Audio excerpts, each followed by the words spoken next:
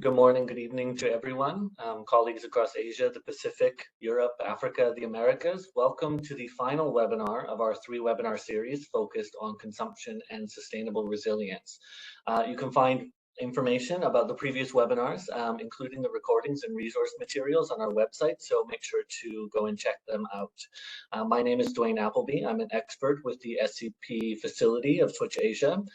Today's topic, innovation and sustainable consumption and production, the role of knowledge institutions, is one of the most important issues to be addressed in any conversation of advancing SCP transformation.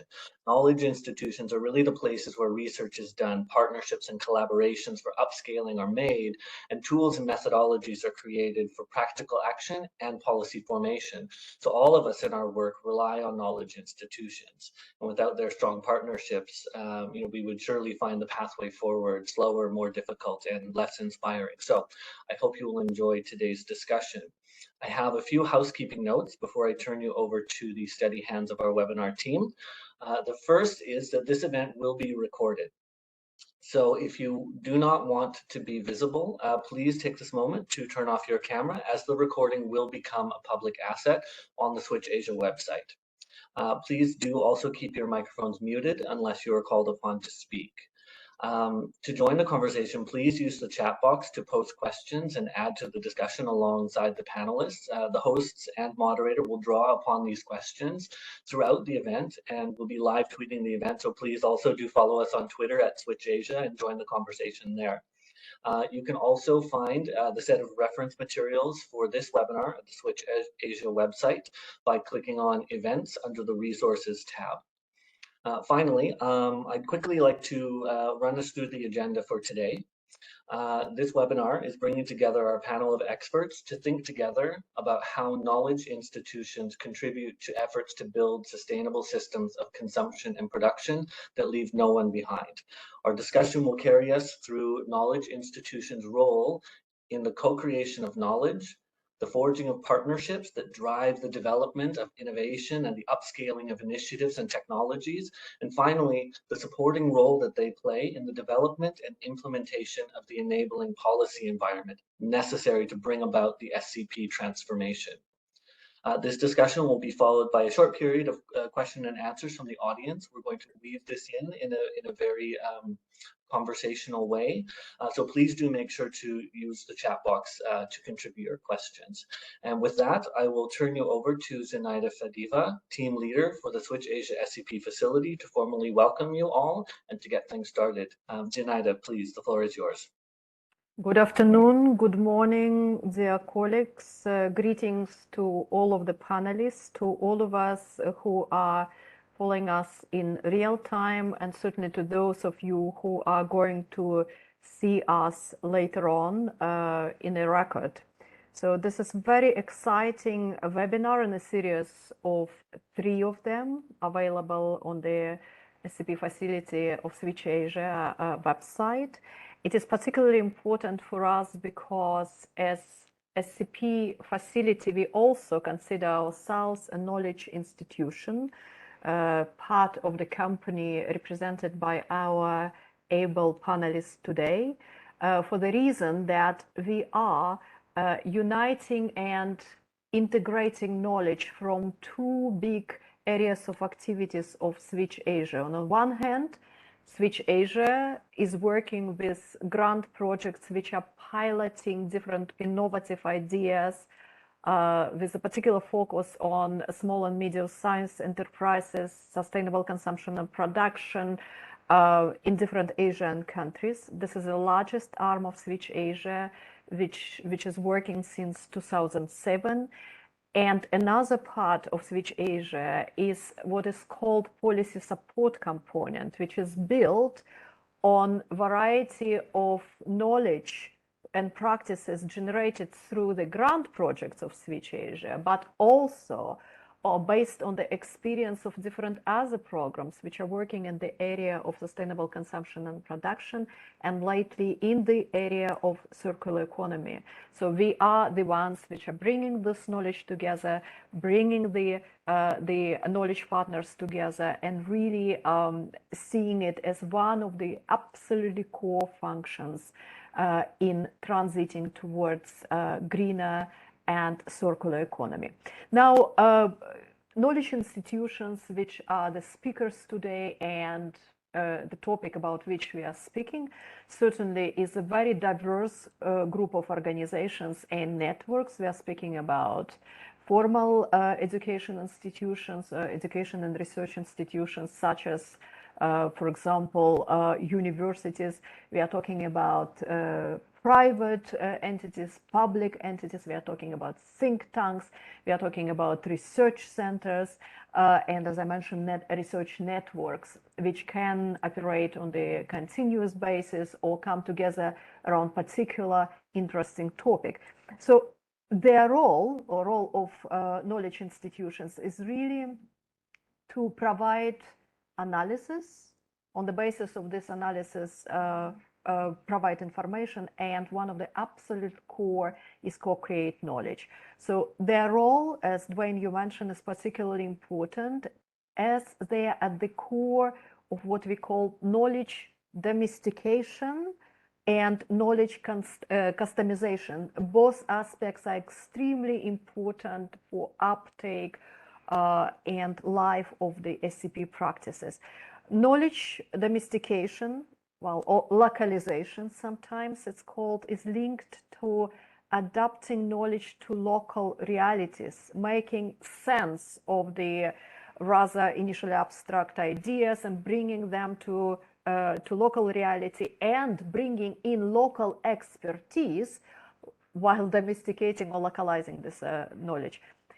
Aspect of customization and role of knowledge institutions in this is slightly different. We speak about this as an aspect or activity which enables creating local solutions, again building on the local practices. Again, the idea of co-creation is there, in a way moving from ideas and theoretical knowledge or experiences to local practices. And all of this is certainly about innovation. So these topics today are allowing us to speak about customization and domestication or localization of knowledge, as well as translation of knowledge from local practices back to the international, across countries, global knowledge platforms. And it's being done today through 3 topics. Dwayne, you mentioned them already: how knowledge is being generated, how it's being upscaled, and how different policy and platform, different partnership aspects are helping this knowledge to travel and again be localized or domesticated. The person who is going to take us through this very exciting and important journey today is Professor Mario Tabukanon, who is a long-standing colleague and, I dare to say, and privileged to say, a friend.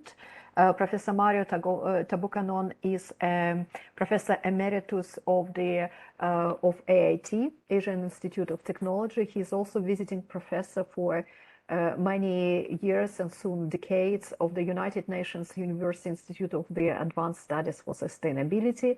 Mario is coordinating, inspiring, and originally conceptualized together with a team from UNU the activities of several knowledge institutions or knowledge networks, including regional centers of expertise on education of sustainable development, which is a network of networks, about 180 of them operating globally. Mario is also coordinating Asian network, which is called ProsperNet, and this is a network of universities working on the topics of sustainable development, and sustainable consumption and production is certainly a part of it. Mario, the floor is yours. Thank you very much for bringing us through this exciting journey. Thank you very much for the kind introduction. I extend greetings to all of you. And I should say that Dr. Zinaida Fadiva and I have been friends for many, many years. We were colleagues at the United Nations University for many years.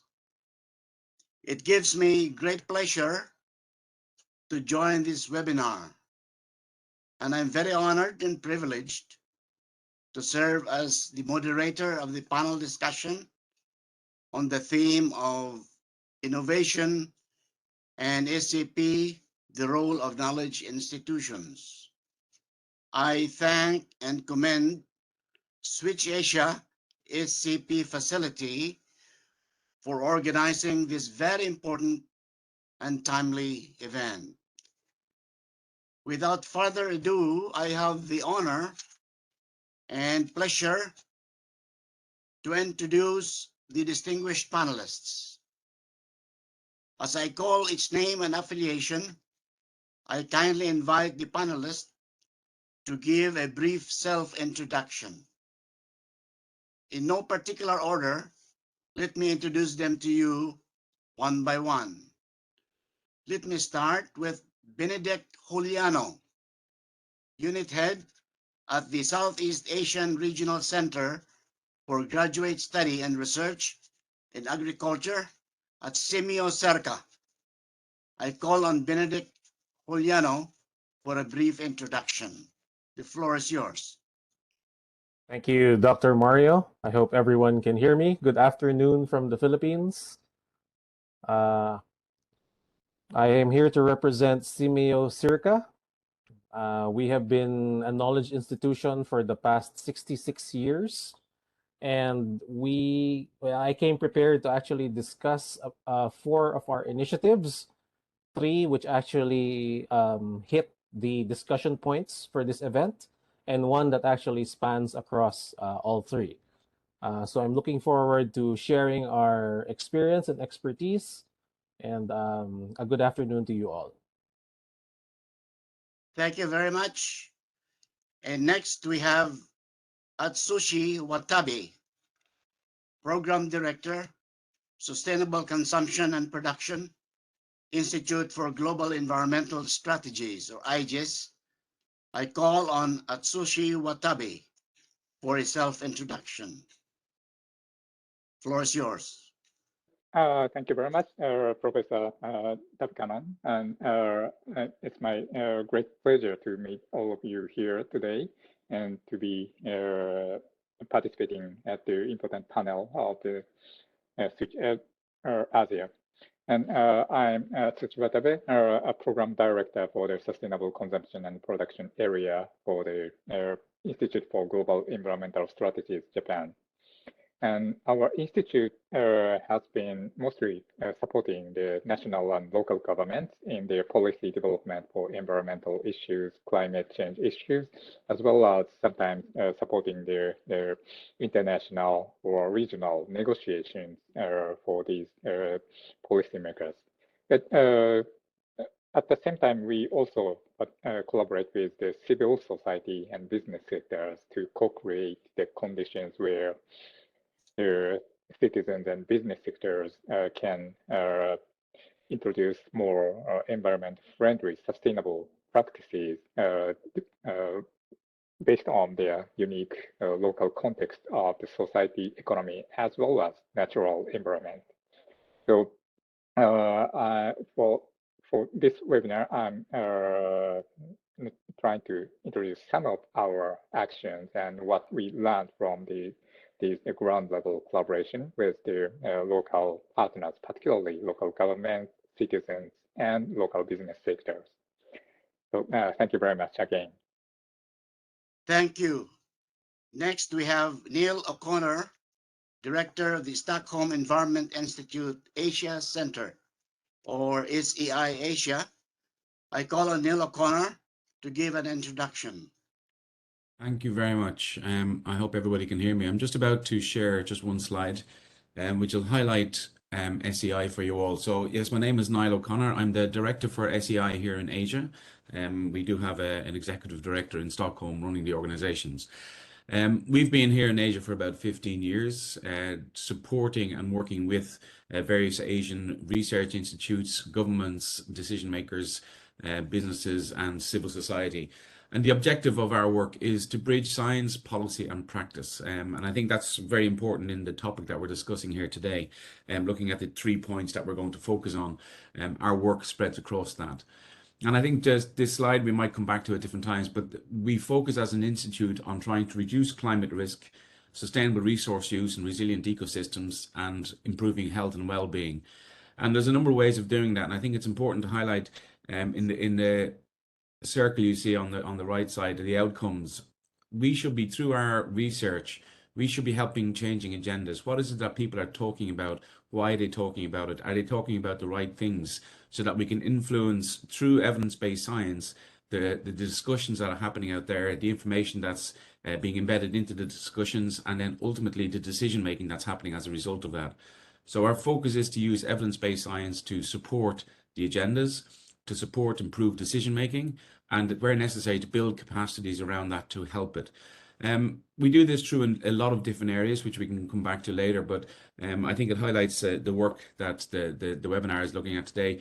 We have a lot of networks that we work with through the research engagements, a lot of tools and platforms, scientific publications, but it's all done in a way that we, and it was mentioned earlier, co-designing this. We want to make sure that we're not coming in as an external person saying this is what you should do, but we want to work together to make sure that we understand the context in which we're working in, we understand the needs of the stakeholders, and we can co-design the research questions that we do.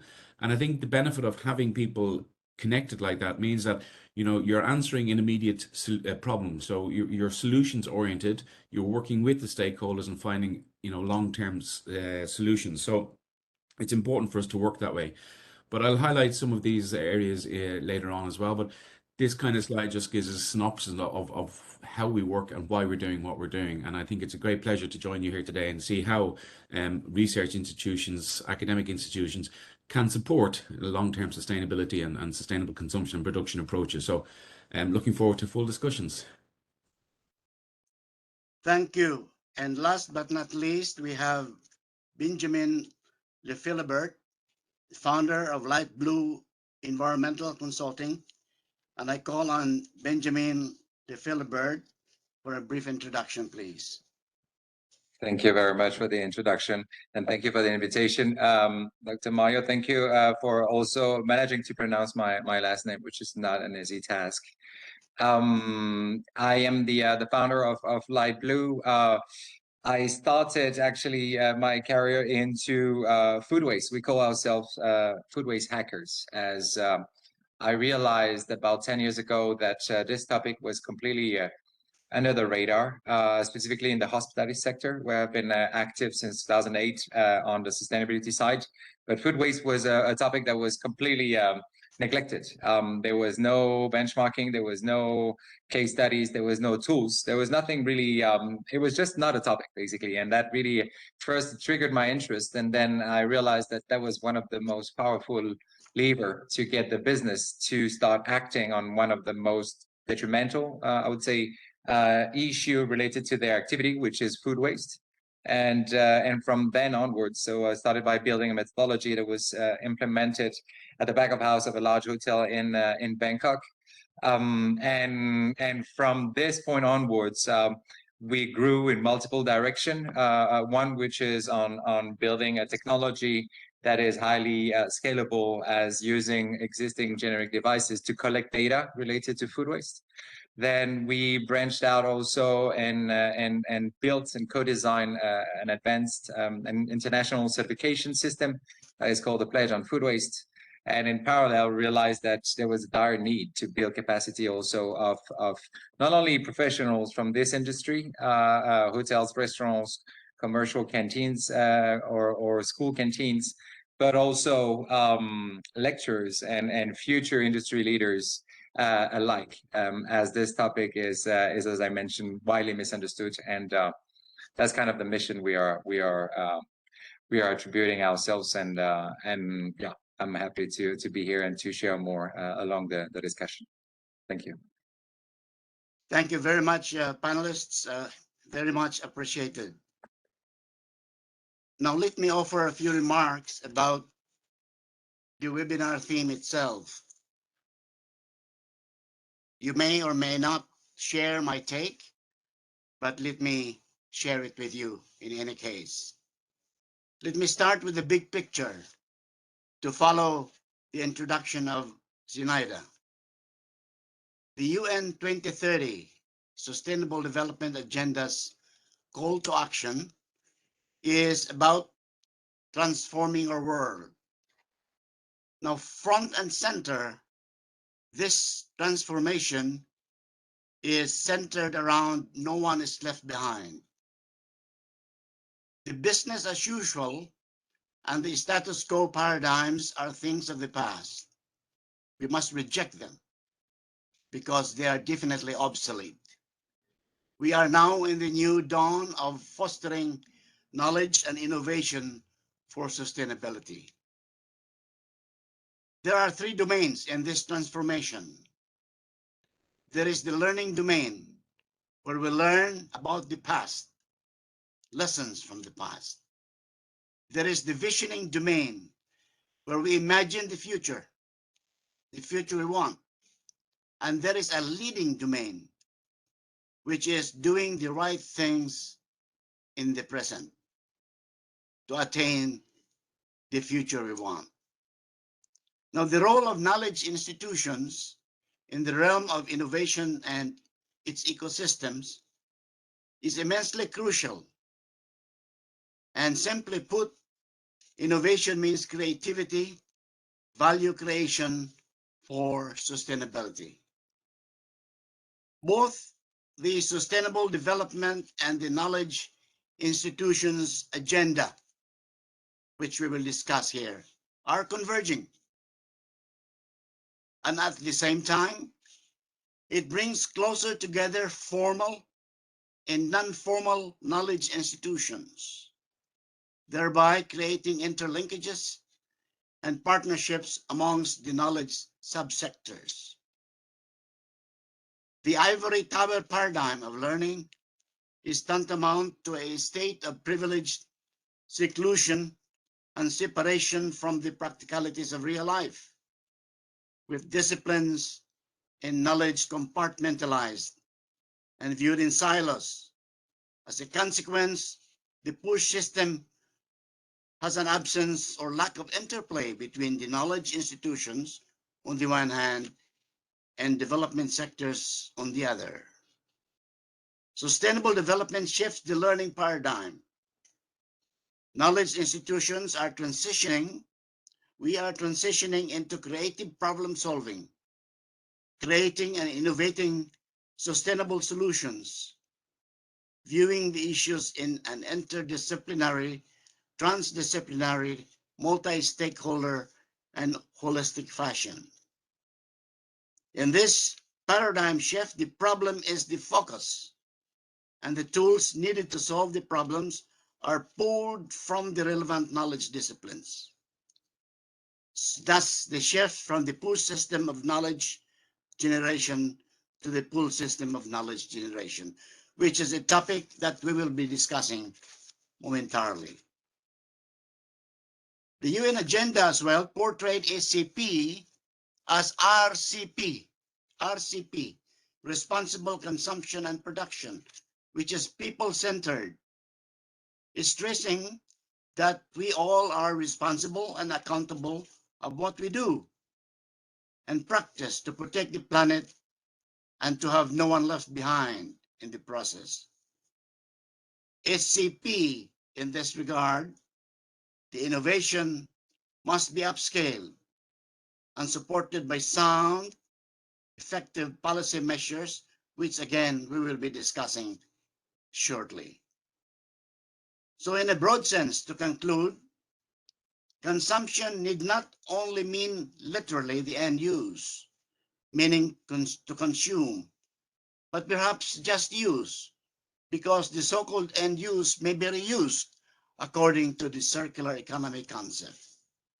There are only wastes, there are no wastes, there are only resources. Consumption need not only refer to the end of the chain, but throughout the value chain. And it is not just goal 12 in its own right. It is transdisciplinary. It cuts across and interlinks with the other 16 goals. So let's get started with our discussion. In the context of knowledge institutions and the role in innovation that supports the transition to sustainable consumption and products across sectors and scales, let us now examine the innovation ecosystem from several perspectives, which has been mentioned. 1, knowledge generation. 2, upscaling SCP innovation. And 3, supporting policy formation. So, for knowledge generation, we will discuss in the context of the role of academia, the role of a collective effort of knowledge institutions, and the partnership with business, local communities, and international organizations. I would like to start with Benedict. You represent Benedict. You represent an intergovernmental regional higher education and research institution, and I would like you to elaborate on what you have shown earlier. You have shown earlier your graduate innovation-oriented graduate program on food security and climate change. Can you elaborate on that, please? And then we will build on that. Sure. I hope you can all hear me. So one of the things that Circa has done was to partner with several other Asian and European universities to launch this, what we call the Master of Science in Food Security and Climate Change, or MSFSCC, which is designed to help develop a critical mass of high quality next generation interdisciplinary professionals that can address the climate change challenges facing Southeast Asia. So the idea is that you cannot get all of your knowledge or expertise from just your home university, so that you have the chance to travel or take courses. You can go to other universities for a more well-rounded approach, or we can fly in experts from these partner universities to complete your education. This started in 2016. There was a big demand for it, and Circa, as a non-profit, and our position as a multilateral organization was kind of appealing to be a partner among all the other universities. So we started that and have trained over 100 students, and had about 15 partner institutions involved, including, just to name a few: Castleton Start University, University Putra Malaysia, University of the Philippines Los Baños, University Gadjah Mada. And then the European Commission's Erasmus Plus program was actually a co-funder of the program. We found the experience quite good, well received. Unfortunately, COVID hit us, so we only have students or participation up to 2019, and they're now actually evaluating that since face-to-face is back, we may actually continue the program. Thank you very much. Now at Sushi, I just cooperates with academia, I think, very substantially, and you help in the transition to guide SCP and resource efficiency, circular and low carbon economy. Could you share some insights about the initiatives of IGES related to, for example, degree programs or non-degree programs? Yeah, do you see my screen now? Yes. Yes. Yes. Then, well, let me introduce one of the many projects we are collaborating with to, with cities as well as some, knowledge institutes and citizens to co-create sustainable living in the cities in Japan as well as other countries, including ASEAN countries. So, what I'm showing is some of the diagrams from the recent publication we made based on the collaboration with the citizens of the city of Yokohama, Japan. And this shows the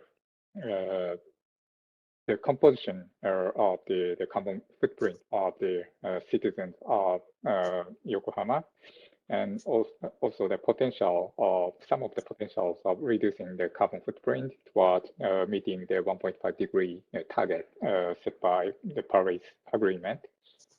And we can, with this scientific data developed by ourselves as well as in collaboration with some of universities both in Japan and outside of Japan, we can show some data what kind of behavioral changes will help citizens to reduce carbon footprint substantially to meet the 1.5-degree target. And also, we can show this by way of showing this data, we can collaborate with the citizens to identify the opportunities either as the individuals, citizens, or as their local members of the local society to shape the sustainable cities where everyone in the city can live more or happier lives with less carbon footprint.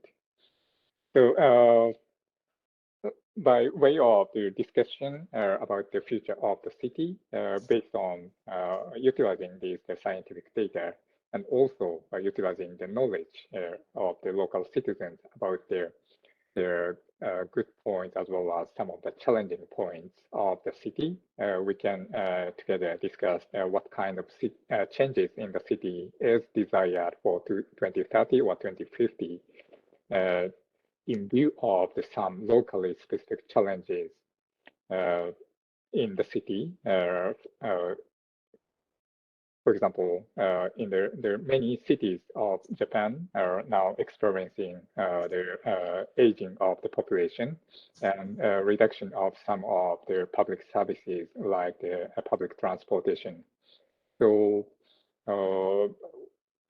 we can together discuss both the individual behavioral change options as well as their demand for the cities and business sectors to improve their living conditions toward the future potentials. And then we can, of course, test some of the behavioral change options at the household, and their experience of the citizens will be further summarized and translated into the languages for the policymakers or business sectors so that they can take important steps to do necessary policy interventions or introduction of business models for shaping sustainable cities. And through these experiences, what we learned is that even though many citizens in Japanese cities and communities and other countries, citizens are more and more interested in and are feeling keen on the need to change their lifestyles and behaviors to meet the climate change target. But it's actually really difficult for them to change their lifestyles or behaviors just for climate change mitigation, because they each society have their own challenges which are already threatening their day-to-day survival. So, for example, I'm just back from one rural town in Japan to do the similar kind of workshop about envisioning their low carbon lifestyles and low carbon town in view of 2050 carbon neutrality. But for example, they understand the need to reduce their private car, need to reduce the use of private car to reduce carbon footprint. But actually, the private cars are at the moment they're supporting their all kinds of needs like their education, working, or shopping, and healthcare, and so on. So they cannot just abandon private car because of their climate change. But when they also consider the future challenges of the society, for example, when people get older from now and when less and less people can drive, then they need alternative systems of transportation to meet their everyday need. So then they are more flexible about talking about their alternative options of mobility in the town to meet their day-to-day challenges and also to make people happier in the town in future.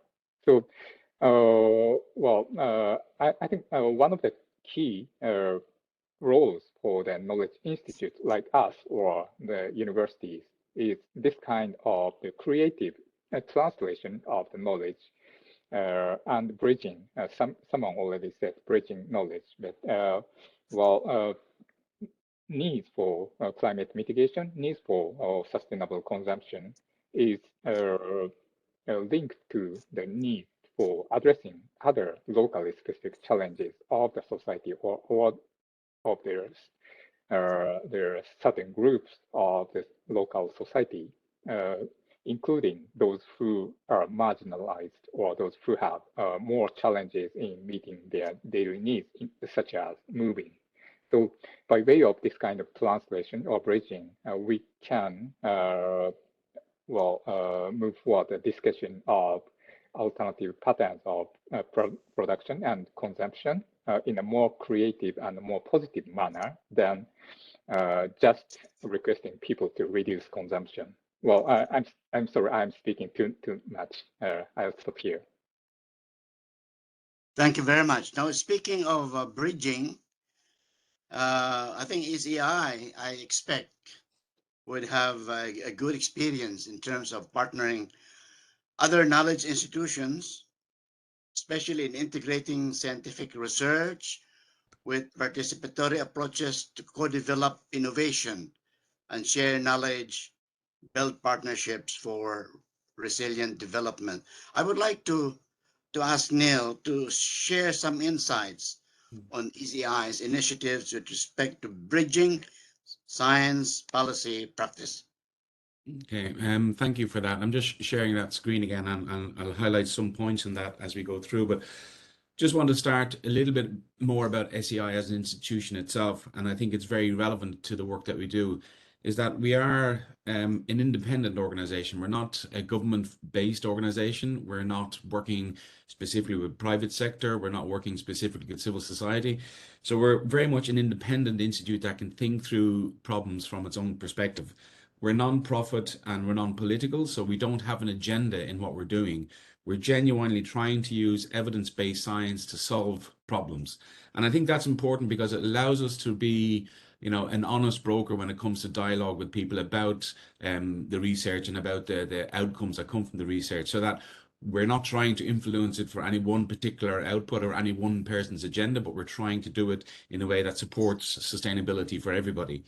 And I think that's allowed us to build a lot of trust in the private sector, with governments, and with civil society, because they see us as that honest broker. And I think that's a really important thing for research institutes to have, so that it's equitable for all in many ways. And I think when the work that we do, you know, if we want to be a solutions-oriented approach, we have to understand the problems. And I think it's very important that, you know, we have the context correct, whether it's working locally or nationally or even in regional levels. We have to understand the context in which we're working in. And that means working with the key stakeholders, civil society, academia, government, business sectors, all coming together to try and understand the challenges that we have from their different perspectives to do the right research that could be taken up by those who implement at the end. But I think from the knowledge point of view, we have to be careful to make sure that we're checking the barriers. We have to understand what's blocking things from going forward. We have to understand what are the key drivers also for developing sustainable consumption and production. So I think a lot of research has to focus on many of the social issues as well as the technical issues to really understand why behavior and choices don't allow us to make these jumps from one kind of paradigm to another very easily. And for example, the whole area around fossil fuels, we know it's bad. We know it's causing all the problems, yet we're not yet willing to make the changes necessary. So there's a lot of research with, looking at the political economy of coal and fossil fuels, why we're sticking with it, but also why we're not making those changes. So we have to understand why people don't make the changes to be able to drive the agenda further. So we'll do a lot of research around social aspects, around technical aspects, and then link that to policy and policy dialogue. And I think it's important that at all stages you work with those stakeholders. If you do it on your own and then try and push it towards somebody at the end, I don't think it'll happen. And I think if you look at some of the tools and models that we have here, just as a very quick support mechanism, these tools which are free to use, WEEP is about water evaluation, LEAP is long-term energy alternate planning. We can work with governments to show predictions of maybe, for example, in energy, what energy needs you need over the next 5-10 years, where you're consuming it, where you're producing it, what the impacts of that are, how you can transition to renewable energy, what it's going to cost you, what are some of the impacts on air quality and health aspects of that. So we're able to bring partners through research, through scenario planning, through these models to give you the best scenario outcome so that they can take that and then integrate it in kind of policy decision making. So it's important that we have visible kind of tools that people can readily access, understand, follow through, and then see the outcome, so that it's a more visible type of research as well, because sometimes we know many people don't sit down and read peer review papers that much anymore. So we have to make it in a way that we can share this information. And that's quite important for us. So I think, when we talk about the different types of partnerships we have, SCI, for example, has been working, one extreme example is with the IFC on the mining side, looking at rare earths minerals and how we can develop and support the building of resilience around mining sites, the building of resilience of communities around mining sites. So you can work with very specific sectors. We can work with areas around plastic waste and the circular economy, which I think is a big issue here, that we work with not only the waste pickers at the informal level, but also bringing that up to an understanding at kind of Bangkok municipality level, bringing it up to national level. So you try and look at the problems from a holistic point of view, bring everybody on board and try and drive for a collective, I suppose, response to generating knowledge, to sharing that knowledge and to building it. And I think there's something that it's important for us, is that there is a sense of urgency as well. We are solutions oriented, but we have to act quickly. We don't have a luxury of a lot of time for a lot of the issues that we're facing in the environment. So we have to be able to work with partners who can also implement and drive these agendas, so that it's making the changes that are necessary quickly. And I think somebody mentioned the word innovation earlier, and I think it's really important that we obviously are trying to innovate and create new ideas and move to the next step. But I think it's also important that we remember that there's a lot of things that are working at the moment that we could upscale. And whilst research is generally looking at the next best thing, maybe we need a lot more research about how to upscale existing solutions and try and solve problems now and work with that as much as we can. And I was thinking, just looking at a report that I see two of our colleagues on here, Dwayne and Dr. Atushi, are working on with looking back, taking it forward, part of the Sustainable Lifestyle and Education Program. And just one of the lines that was in here, I think it's very important. It says, either we transform our consumption-driven lifestyles intentionally, or nature will do it for us. And I think that's the reality we're facing. If we don't use the research to improve the whole systems that we're working with, and make it sustainable, there's a bigger force out there that will push us in that direction. We will have to do it. So I'm very keen to continue kind of developing ideas, developing research, linking with partners, and making sure that all of us can work towards those solutions. I'll stop it there for now, okay? Thank you very much. Now, Anil, you mentioned change in behavior. I would imagine that when we deal with food wastage mitigation, there's a lot of behavioral aspects over there. So I would like Benjamin to share with us your experience. As you know, 1/3 of the food produced is wasted in the world, if I'm not mistaken. So there's a lot of things that we can mitigate, and maybe you can share with us your own experience. Benjamin, please.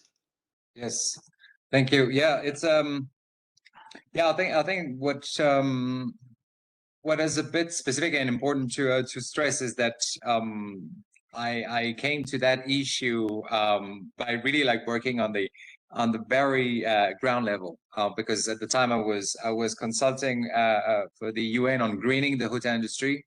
So again, with this sort of holistic approach covering energy, water, waste, chemicals, staff awareness, guest engagement, specifically in the hospitality sector. And then I came. Well, I was looking at those bins in the kitchen. I'm not from the from culinary background, so I started to ask questions to the professionals. I was shocked. I was asking them, well, how many kilos are in this bin, and what is it, and where is it coming from, and how much does it cost you? And realizing that those questions seemed almost absurd to them really triggered my interest and made me realize that wow, there is an entire field out there that must be addressed. There is an issue that I didn't realize had so dramatic consequences.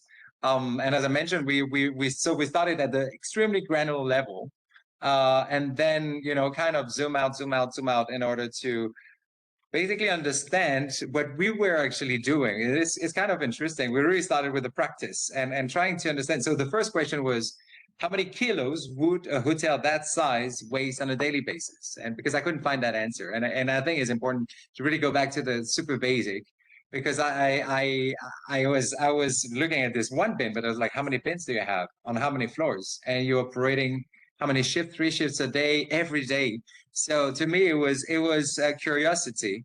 Anyway, so we started with the practice, and what happened is COVID. You were referring to COVID. So 2019, beginning of 2020, we are implementing at a hotel in Singapore. And actually, at the time, we were combining capacity building with the use of the technology to capture data. Data help basically to answer the how much, when, where, what, and why is food wasted. And then implementing, well, observing the procedures in the kitchens, and then proposing change, and then implementing different standard operating procedures following this certification, the pledge I was referring to. But what happened is that day after we left the hotel, usually we would work like directly on site for a couple of days with a team of several people. And then COVID hit. And what happened is that we had only 2 months to turn around in terms of cash flow. So that's really when I sat down. I was like, okay, well, it's not gonna go anywhere. We're gonna go bankrupt basically if we don't act rapidly. And then I started to think, okay, what is it that we can do and that we know that very few people actually do know? And this was all the knowledge that we accumulated at the time over the past 7 years in handling food waste in the hospitality sector. And we're like, okay, what do we do with that? So we started to build our own what we call masterclass on food waste prevention, which was basically a combination of what we had observing, what we did observe in the during those 7 years, combined with global studies that were existing from the WII for the UN Environment, UN Environment to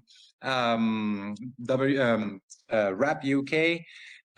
So combining the global studies with our experience in the day-to-day operation of hotels, for instance, and combining them into that what we call masterclass on food waste prevention. That is basically 5 modules where we bring the learners through a journey, starting from the big picture, global picture of even the definition of food waste, and then zooming in on the food supply chain, the inefficiency and the food loss and food waste happening along the food supply chain, differences between geographic locations that explain why is food wasted, looking at the circularity model also, then deep dive into commercial kitchens to try to understand what is happening out there and what sort of data and understanding can be captured. And collection of data is just essential.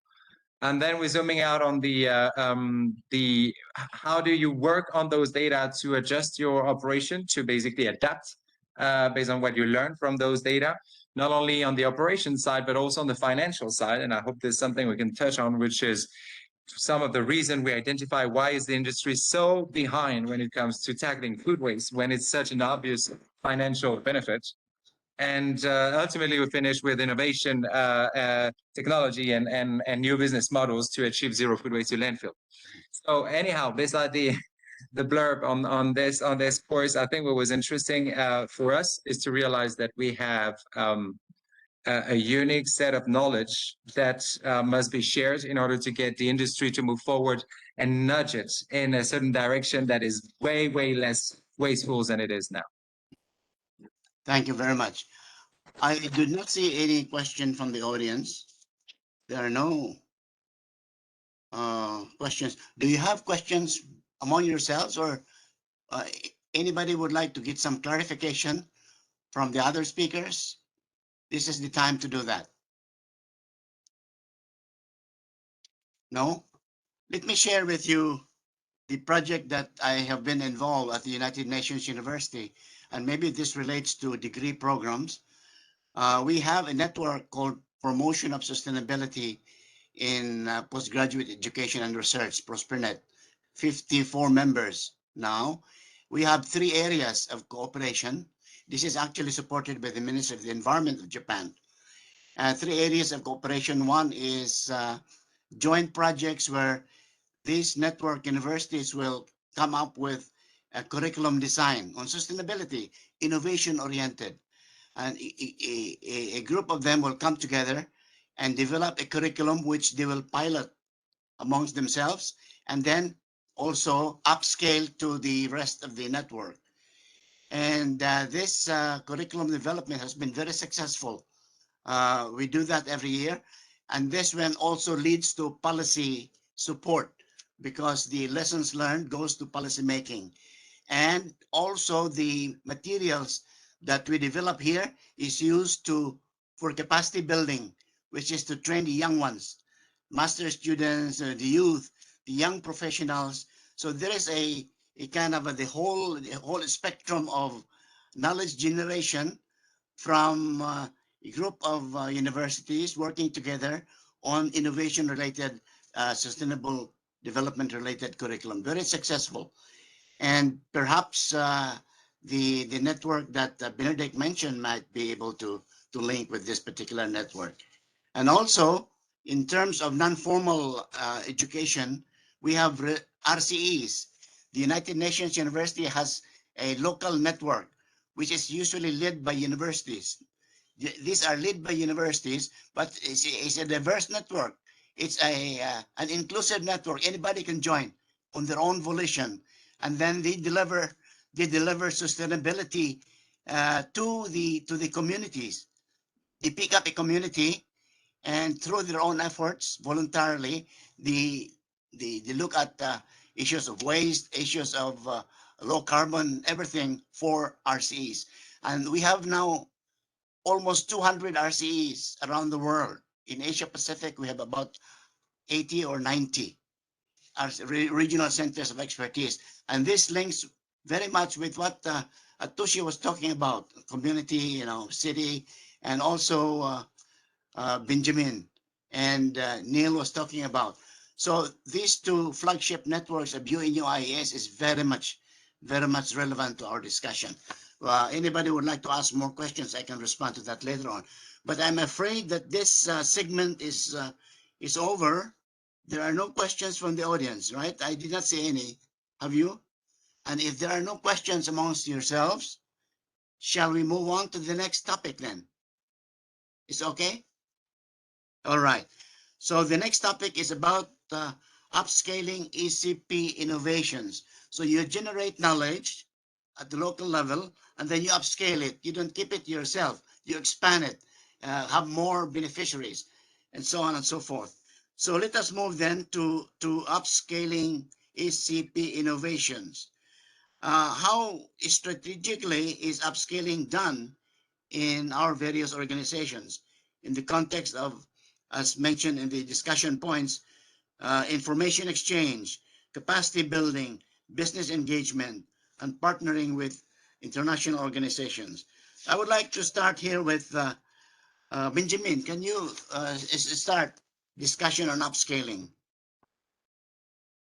Yes. Yeah. Thank you. Thank you for asking. Well, there are several ways. Let me share another just one slide, which was shared initially was not the correct one. It's about this project that we have been running in the Maldives, sorry, in Mauritius recently. So it is about sharing knowledge, because the way it was designed, so it was combining. Let me try to see if I'm sharing the correct one. No, it's, let me come back. It's basically, so I am sharing, but I'm not sharing the correct slide. Here we go. What we were interested is to combine all of our solution at the level of a destination, and to be able to have, so let me share. So in Mauritius, we basically got 8 hotels and 2 banks to be involved in this 9 months project that was actually combining all of the solutions that we had acquired initially. From the capacity building, so the training of people, the implementation of the technology, as I mentioned, the local capacity building, so working with a local food rescue organization that was already operating in the country, and then assigning our network of what we call accredited consultant to accompany each of those 10 pilots throughout the whole process. It is, to me, a very important, I would say, learning experience, because first we realized that we can operate at larger scale and kind of in bulk, so accelerate change, upscaling the solution. But what was interesting is to also being able to combine those different components, because to solve an issue, the complex issue of food waste, it requires elaborated solutions, and one solution doesn't fit and doesn't fit everybody, and one type of solution is not enough. So technology won't solve it. Education in itself alone won't solve it. Methodology is useful, but again, as a standalone, is not sufficient. So it's a combination of those factors that I think are essential in achieving results. So here we have an example of the KPIs that we're track and the results. So to me, essential to again use data and being able to make it to show, and especially here in that case, the funding partner were the local government, Human Resource Development Council, that made it happen through a local partner called Business Mauritius, and reach out to those players. So we had different levels. The result, as you can see, very interesting.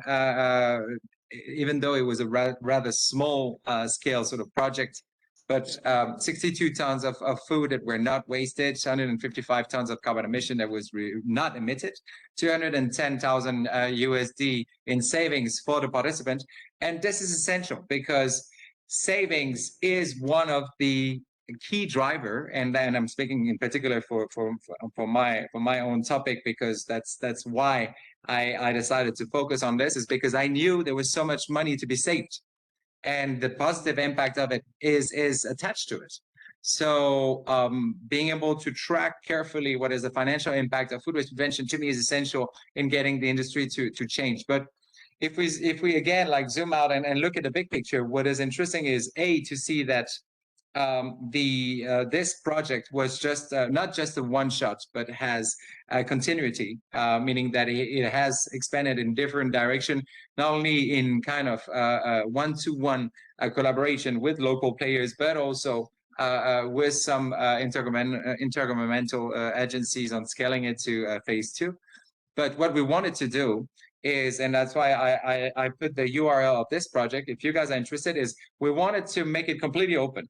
And this is something in particular in the private sector that is badly missing, is making your data, making your methodologies available for the greater public, including research institutes and academics alike, that are probably working in, sustainable tourism, in culinary schools, or even like in business schools, because this is what it is about, and being able to share with them, okay, look, this is what is possible.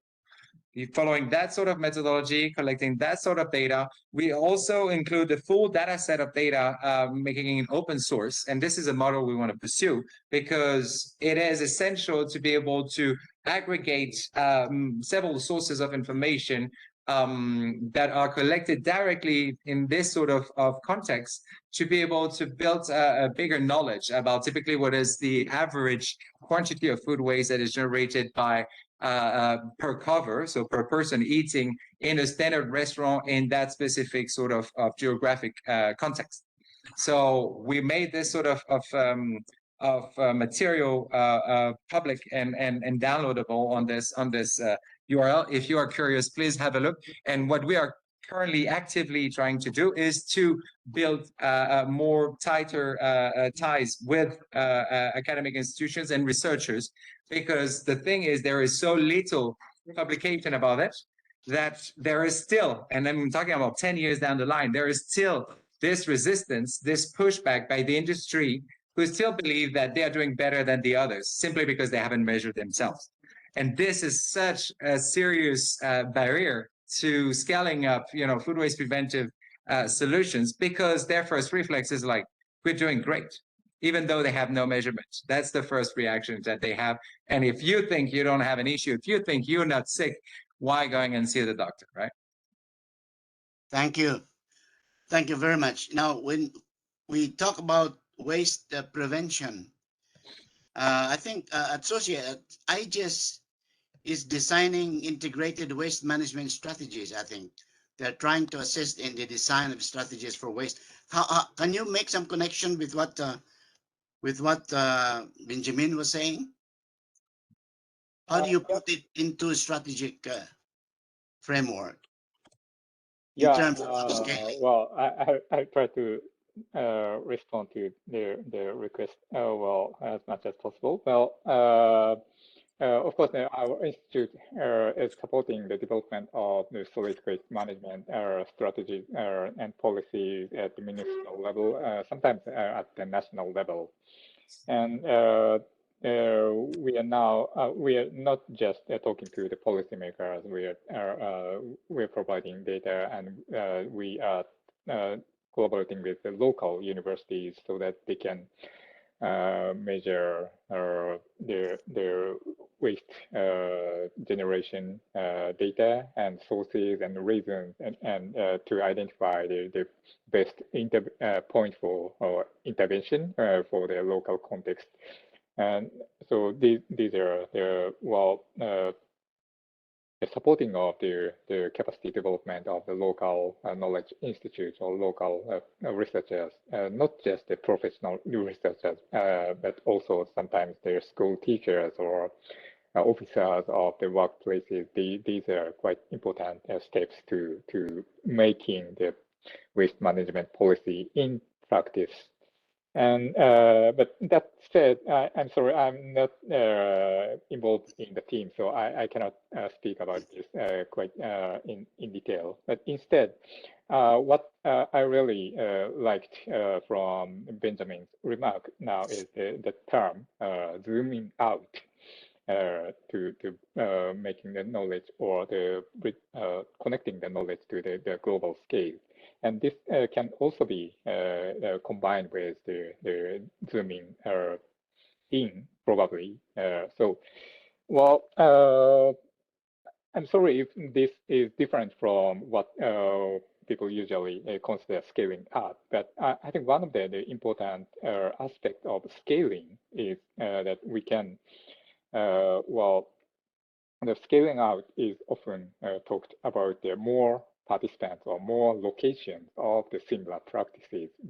And of course, these are necessary, particularly in the face of the quite urgent needs for climate mitigation and biodiversity protection and so on. But at the local level, another important aspect is what is sometimes called scaling deep, which is the deeper understanding, renewed understanding or worldview of the local people, including the citizens, governments or business sectors and educators and so on about the challenges they are facing now and the opportunities they have in their societies. And to this end, they need to connect their knowledge to their global level knowledge, as well as sometimes more their microscopic knowledge. So,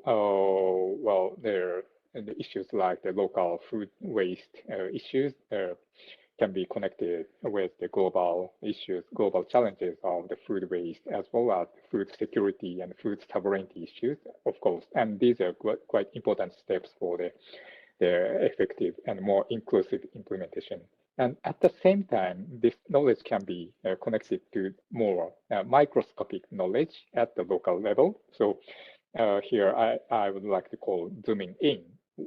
So by way of the talking to more and more people and trying to involve more and more people for the implementation, for example, decarbonized living or food waste prevention, we would need to identify whose voice is not heard in the discussion or envisioning of the future of the food waste prevention, for example. And by this way, this kind of zooming in, together with the zooming out, as Benjamin said, we as the Knowledge Institute, as well as the local actors can position or understand what kind of potential they have for their current actions can work for the better future for their local society. So, I think while it's quite important to think of making the wider impact, deriving from one success to the 100 or 1,000 successes, that's quite important. But at the same time, we can, as the research institute comes from external society to the local society. So one of the important role we can assume is that try to find out and connect with more and more local stakeholders to always to renew their views and renew the capacities we, as well as the local people, have towards identifying the questions, as Niall said previously, and shaping new answers together. So I think, I hope this can be also considered an aspect of upscaling. Thank you. Thank you very much. Now let's switch on back to education.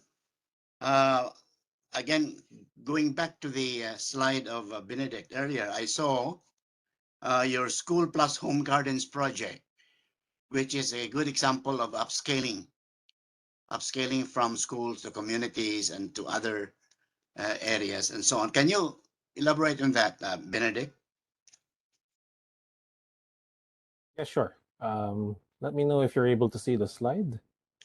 The slide, yes, we can. Yes. So this initiative actually started as a request from the Philippine Department of Education to help address the malnutrition among school children.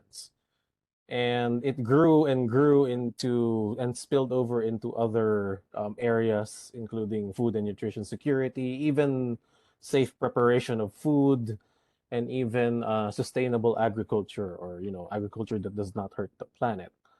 So essentially, it started with 6 pilot schools in the province of Laguna, where Circa is based, and has grown to around 98 in total. And when it became a success, the Philippine Department of Education essentially said, we will pattern our nationwide, they call it the Gulayan sa Paaralan, or Vegetables in Schools program. They patterned it after this one. So it was a win for us that we were able to influence how they rolled out the program.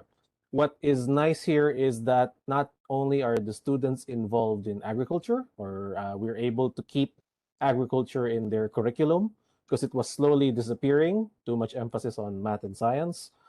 The other thing was the community got involved. And there was always a chance when we were expanding to actually customize. So there was also a way to tap into community knowledge and plant vegetables that are actually what the community wants to consume. Because at first we were trying to grow commercially viable vegetables, and we found out no, the feedback was no, we want to plant this. So can you guys help us plant these types of vegetables? So there was always a back and forth, top down, down up, and that actually led to the success of the program.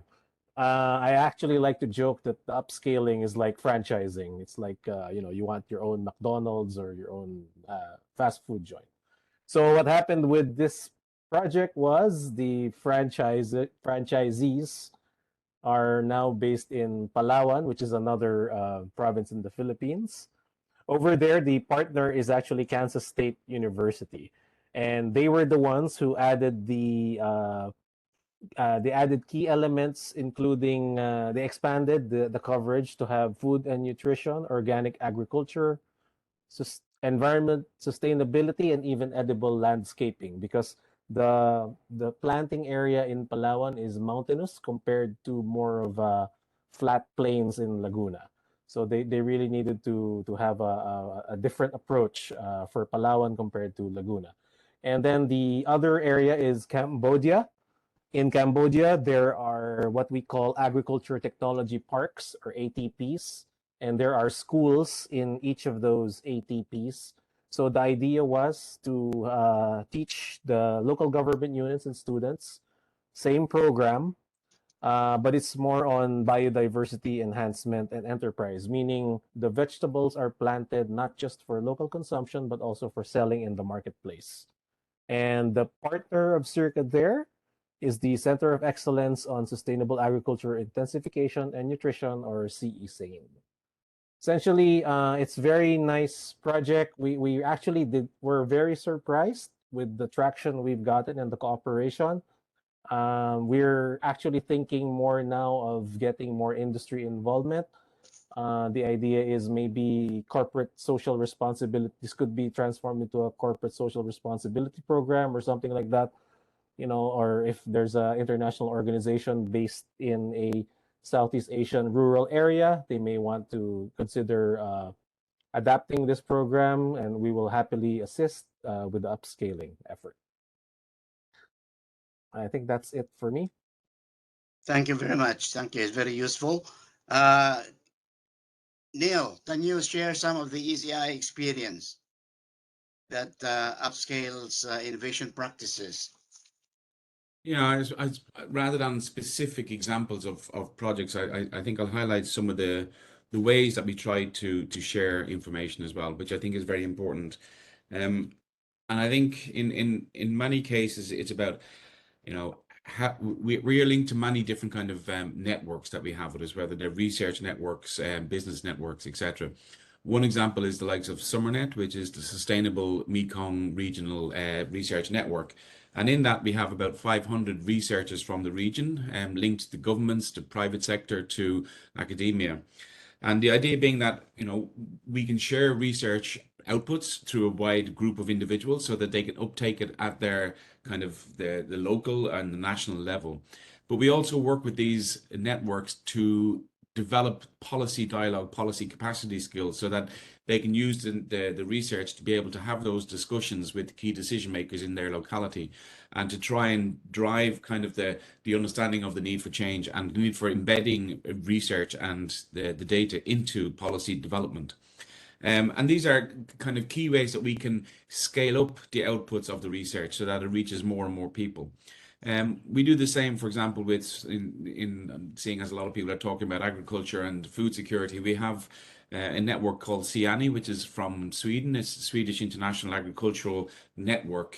And the idea again is we have multiple partners on this, both from the private sector, from academia, that are together collectively looking at what the problems are, working on the research so that you can find out, and then being able to share this research across huge kind of networks of individuals so that you're getting the information to whom needs it quickly. And it's important that we can do that. And I think it's you know, it's clear that these networks need to be long-term networks. A lot of the problems we see sometimes is that you're working on a project scale of 2 years or 3 years or 6 months, and then when that changes, you move on to something else. But we need to sustain these networks of individuals to over the long term, which is a challenge for a lot of funding going into research because it tends to be short term. But if you can do this over the long term, it builds trust and confidence in the various actors within the networks. And then this allows them to, you know, to be able to trust the information that they're getting and to be able to utilize that a lot more. And I think we also do this with a number of different business networks as well. For many years, we worked with the Responsible Business Forum to be able to put research on the table for the members of the Responsible Business Forum, so that particularly from an SEI point of view, we're not seen to be doing research to support one individual company. We want to make sure that the research we do is open source, as Benjamin was saying, that everybody can get access to it and work with it. And having these kind of larger business forums of business networks is really important, so that you're not creating a niche market for one, but you're creating a sustainable market for many. And we have to make sure that we share that as broadly as we can. And I think that's kind of a key area. I would say then a lot of the other ways that we can try and scale up is again through pilot projects that we can do a lot of the data collection. And I think somebody else mentioned it was again metrics. If we get good metrics on the work that we're doing, we can show what's a good case study, what's a bad case study, and what you should then take forward, and then integrate that into the various networks. But I think also what a good way of upscaling for us has been over the years is the number of tools that we have. And I mentioned Leap before, but for example, we have a tool called Trace. It's a rapidly growing tool at the moment, but this is looking at main commodities that we're talking about here. And at the moment, we do soy, we do meat, we do timber from around the world. And the Trace looks at where the commodities are being produced. It's looking at the shipping, the supply chain, all the way through to consumer. You overlay that tool with, for example, deforestation maps, and you can show where production of certain soy or beef is happening, and you can show where deforestation is happening. And you can use that tool then to target the suppliers and the consumers, and begin to put pressure on by using kind of data that's visible. You can put pressure on you know, the whole supply chain and looking at sustainability for consumers. And these types of tools allow you to upscale very quickly because you can visualize what's happening. And in that way, you know, it's not kind of rocket science for people. It's actually visible. They can see the impacts that are happening. So we've got to try and make sure that for upscaling, we're making the data visible. A lot of people struggle with, you know, these detailed reports. A lot of decision makers won't read them.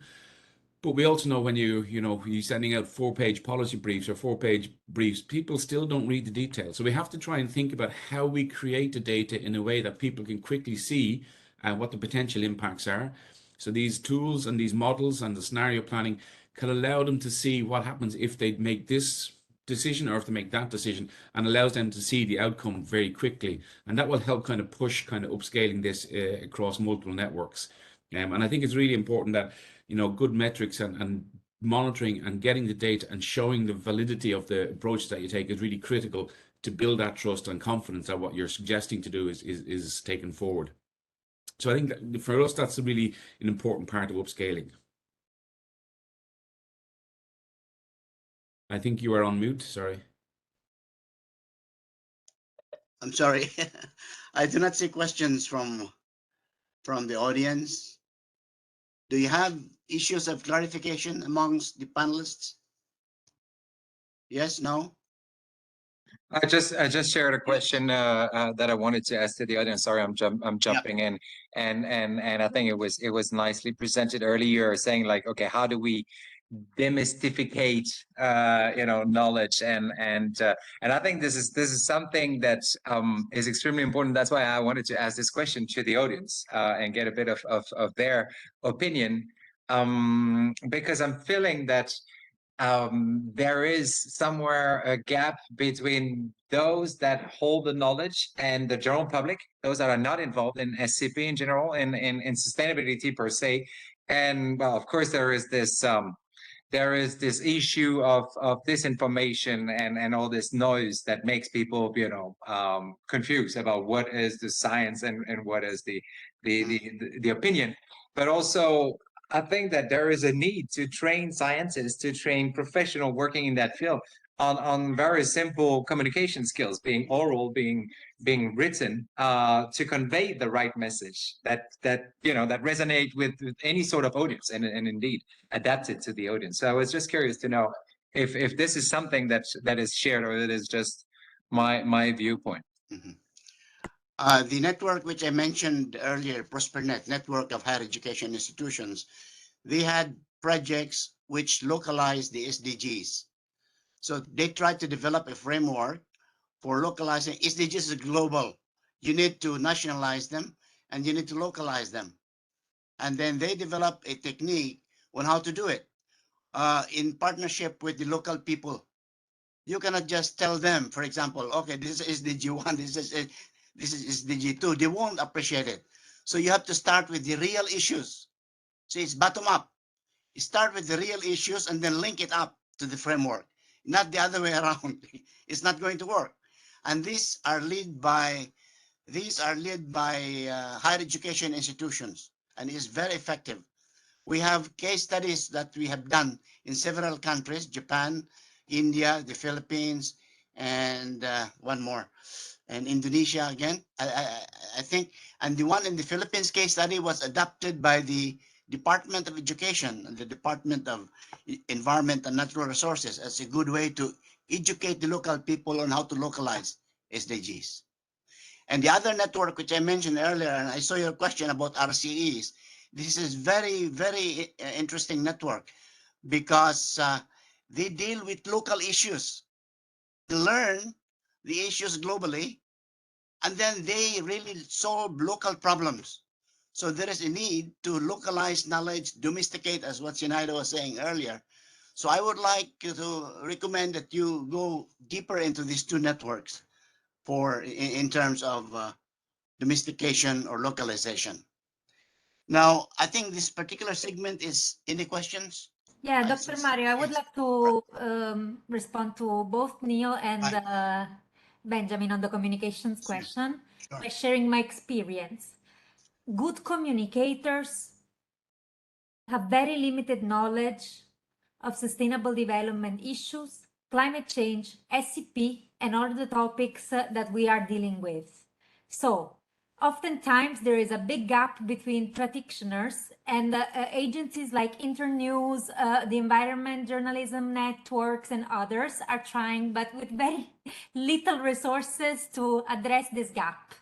So even the communication done by educational institutions is not enough to communicate. For example, why a policy brief doesn't come across, and how do we make the information clear to when we talk about communicating public diplomacy? These are not skills that come from the educational sector, unfortunately to say, but that come from hybrid personas that have both the knowledge of the scientists, of the practitioners, and the communication skills. So I think we are really witnessing a serious lack of this kind of professionals working in our organizations. And maybe this is an appeal to action to invest more on really developing these hybrid personas of scientist, communicator, activist, and policy, someone who understands the policy dynamics of what we're doing. So there is a room for improvement here. We cannot do it alone. People like me, for example, were trained by following my team leaders, let's say on a 24 hours basis, almost to try to demystify these topics that seem so bloated, so complicated. And then, as Benjamin said, maybe we just need to communicate how important is the saving aspect of an initiative and communicate this in easy terms. Or as well as when we communicate about policy, it has to be simple. It has to be understandable.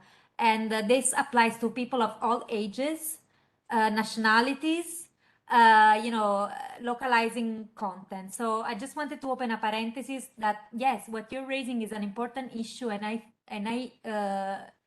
let's say I'm exposed to these challenges in my everyday work really. So, and I see Zinaida has her hand up, so maybe also she wants to add up on this. Zinaida? My question was a little bit different, but yes, I would like to second, Sarah, what you're saying and the general concern about communication not necessarily currently being productive on the side of professional communicators as well as professional, so to speak, knowledge professionals. And yes, we do struggle with this, and search for combination of skill across that is a struggle. And yesterday's webinar panelists in particular were emphasizing that. Let me remind you that yesterday's webinar was speaking about SCP from the side of institutions of higher education, universities, institutes, etc. So, and they are with pain sharing the inability sometimes to not only to communicate ideas clearly in the language, but link those ideas somehow convincingly to actions. And this is something which panelists today demonstrate very ably, or to some extent, how it's possible to do.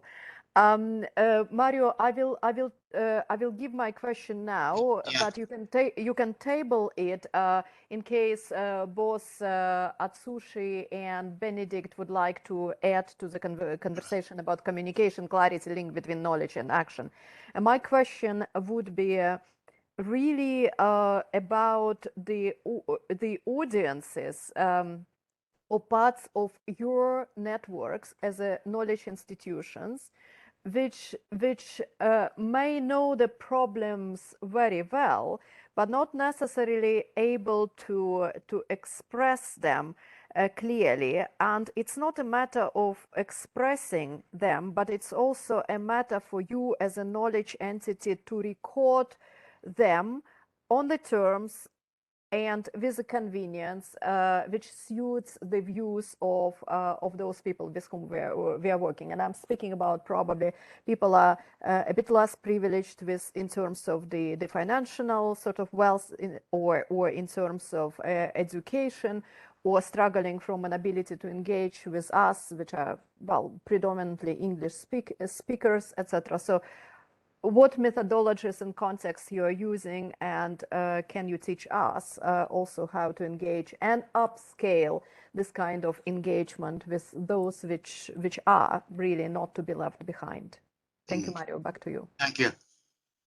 Yes, would you respond?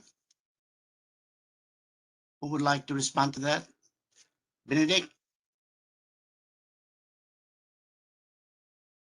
I raised my hand because of Benjamin's question, but yeah, I can also answer Sarah's question. Yep. So for Benjamin, I just wanted to add to what Sarah said, because when Circa was doing its strategic planning for 2020 to 2025, one of the key findings or feedback is that, you know, international organizations or knowledge institutions are always reporting on activities. How many projects have you done? How much money, grant money has been distributed, number of scholarships. And so they wanted us to shift more to the impact. And the other thing is, since Circa deals with higher education institutions or academia, we are normally not that visible to, say, a typical undergraduate student or someone who's just entering university or even the general public. So all that has changed with our 11th five-year plan, accelerating transformation through agricultural innovation. We now have to cater to the general public. That's the reason why we actually have invested heavily in our Facebook page. There is a challenge because our communicators, as Sarah mentioned, are not the science people, and the science people are not the communicators. We are on a journey for that, but what we are trying to figure out at this point is how much catering to the general public do we really need to do? Because that does take away from the hard science or the actual scientific work that has to be done, or the development work that has to be done. So we don't know the answer, and I think it will be an interesting discussion for us to tackle together as we move forward. And then in terms of the second question, I guess the answer is that you really just have to keep showcasing your current projects or initiatives.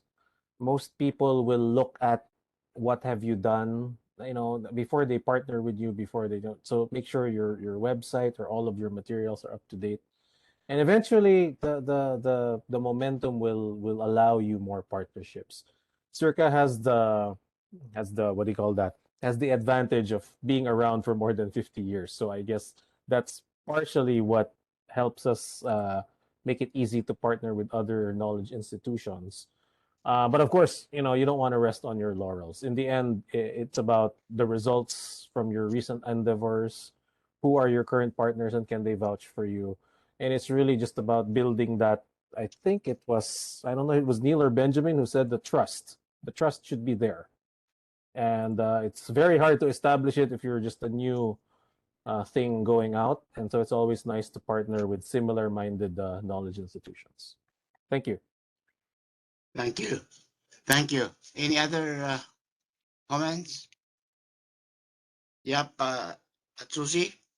Well, I'm not sure if I'm allowed to whether further comment the complicated discussion, but with regards to the capacity of the communication among the research institutes and researchers, I fully agree that most of us as researchers lack such capacity. And firstly, that we are not very well at communicating what we are working on as a sustainability, decarbonization, biodiversity, waste reduction, and so on, to the people or to the policymakers, our audience. And secondly, we are not very good at listening to our partners. What are their real world needs for food waste reduction in their different societies or different workplaces or different schools? Or what are their needs for or opportunities for decarbonization at different local societies? So sometimes, even though we try to go to the local society and talk to the local policymakers or local citizens or local business sectors, sometimes we just right after people, their partner speaks something, a few words, then we start wrapping up their answers by, okay, what you're talking about this problem is this problem in the SCP lens. So this kind of attitude actually makes people feel that researchers, science will not listen to them. So that's really that attitude. We have to get rid of this. And thirdly, another problem is that even though, in a sense, we are good at communicating our, for example, the result or achievements of our project to their funders, donors, or policymakers, and by summarizing only the good achievements and hiding a lot of challenges, a lot of unexpected results of the implementation. And this will be the kind of necessary skill for the researchers as well as practitioners to keep going on the project with the continued funding. But this will deprive us of, as well as deprive our partners to deepen and renew our understanding and change, make more meaningful implementation. So in these senses, we definitely need a better way of capacitating ourselves in communicating. So thanks. Thank you very much. I'm afraid I think this topic, we have already reached the time limit for this topic. We have one more topic on policy formation, supporting policy formation. If you don't mind, can we move on to that topic? last one, which is supporting policy formation. How do we unlock, generate, accelerate, and scale up SCP innovation? So the questions that maybe we should discuss would be how to expand the local innovation ecosystems to provide support to national, regional, global policymaking. And what is your priority recommendation for ensuring success in SCP innovation? So these are some of the questions that maybe we should spend for the next 20-25 minutes. I would like to start with Atsushi. Would you start it? Yeah. Well, I'll try. So, well, so it's really a big question. So the well, rather classic way of the scientists to support the policy making is showing their evidence and then try to talk to them what is the scientifically right direction of the policies, and then also try to support them in building good plans to implement certain policies like waste reduction or carbon reduction, and then try to support them through continuously providing the evidence of the progress or impact of the policies. And but nowadays, this classic way of supporting policy implementation by the scientist community is becoming more and more insufficient because, as many of the colleagues have already mentioned, we are not just trying to change one aspect of the society, like waste generation or like energy consumption in right now.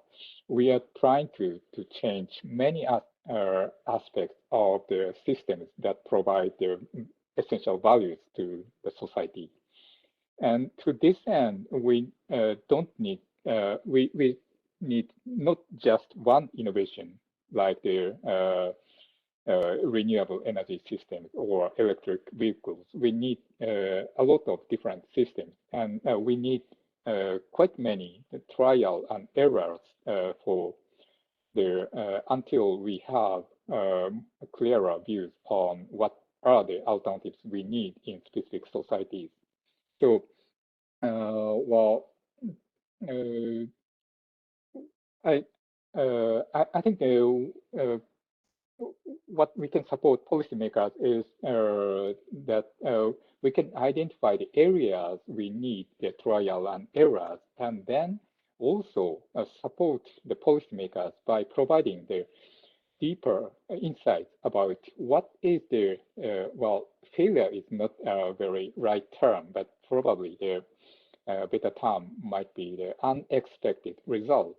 By way of deeper learning of unexpected results of pilot implementation, then we can now plan alternative, better way of planning of the changing systems of food provision or mobility provision or energy provision.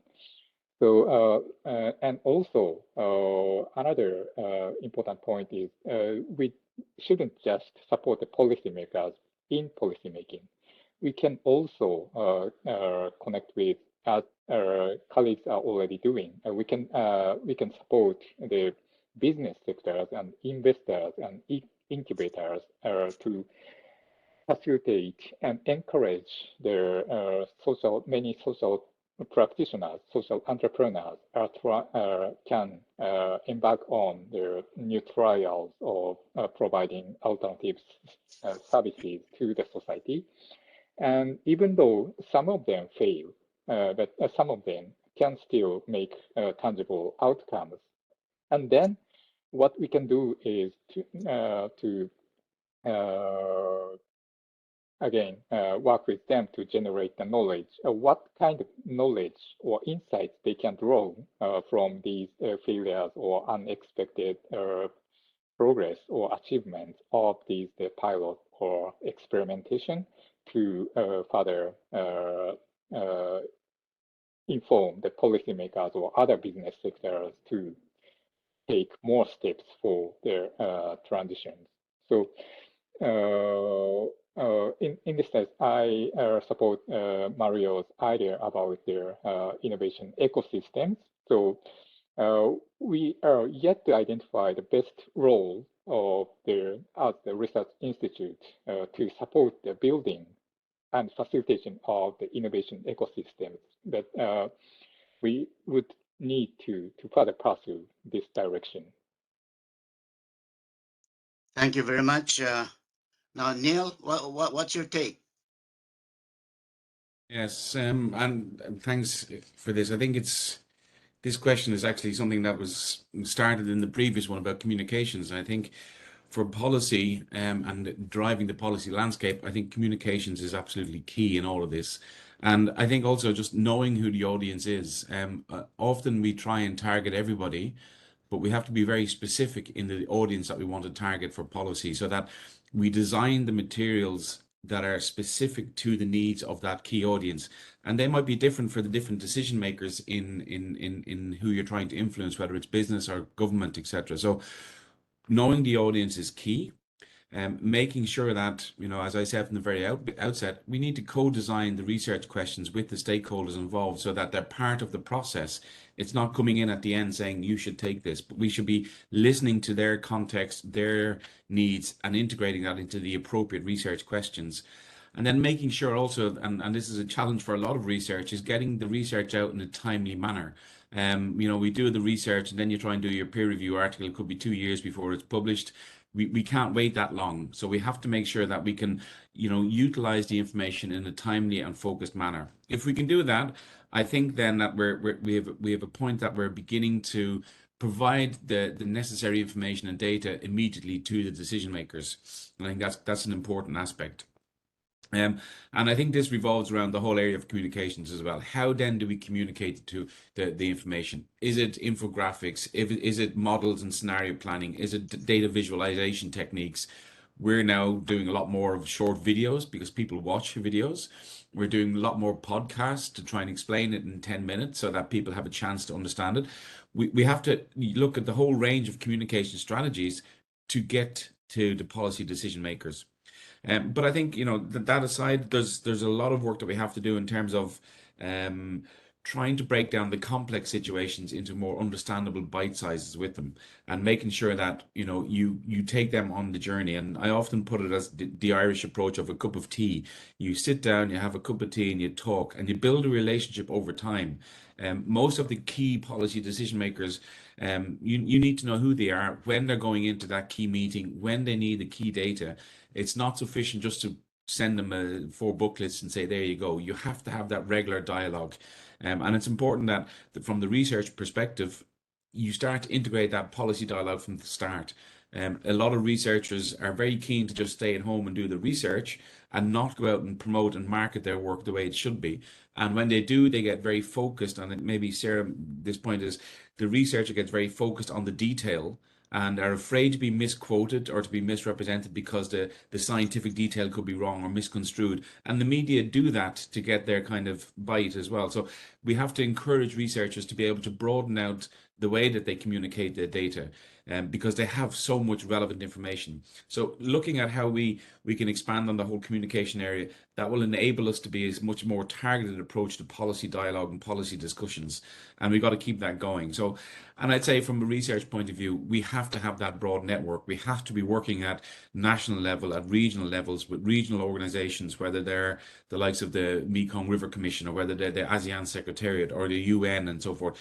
You have to have that broad network of decision makers so you can constantly drive the agenda, as I said earlier, and drive data to make those decisions.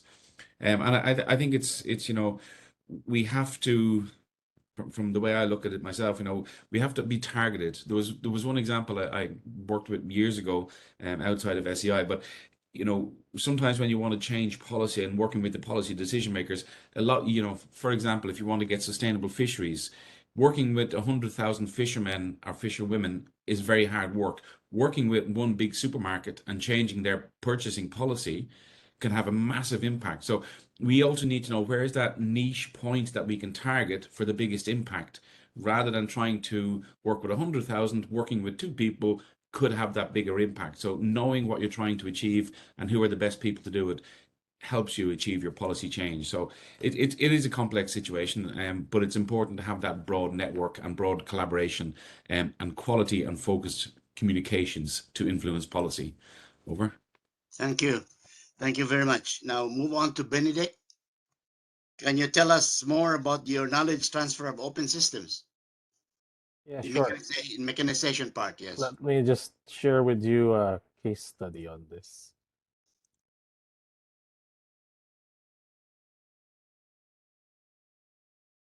So, Circa is or part of our mandate is to, when asked by policymakers, we are supposed to influence them. And I guess based on what I've been hearing, especially from those who've been in the center longer, it's always been a difficult challenge, and it's never easy.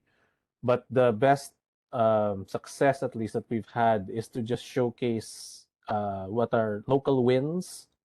For example, the school plus home gardens that I shared earlier, the politicians were the ones actually going to the schools for photo opportunities, and they were the ones actually bragging about it when they meet mayors from the other schools.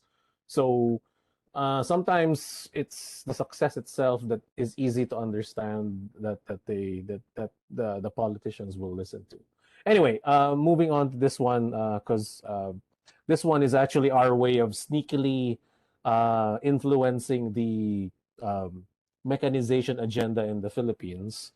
There has always been a need to move away from manual agriculture here in the Philippines, something more cost-effective and sustainable and scalable.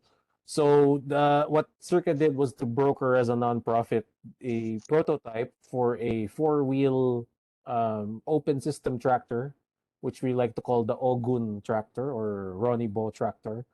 And we are currently trying to mass produce this one. The Philippine government is keeping a little bit of an eye on us, because if this actually works out, it would be affordable for a local community or a cooperative to actually purchase the tractor and only purchase the parts that they need. The good thing about the open source model is that you just get the blueprints off the internet. You can actually build it with local parts. So there's no like a tie-in, because most farmers will tell you not only are commercial tractors more expensive, they kind of hold you hostage because only they have the parts, only they have the technicians. So this is our way of kind of trying to get something more affordable and scalable for Philippine farmers. And our way of indirectly influencing the policies with regards to farm mechanization and even the agricultural loans that are given out to cooperatives. So, and which leads me to the other initiative that is related to that, which is the tractor actually feeds into this bigger initiative, which is the carbon wise farming. And the idea here is that we would try to get a ecosystem in place to allow carbon credits from farming systems, starting with rice.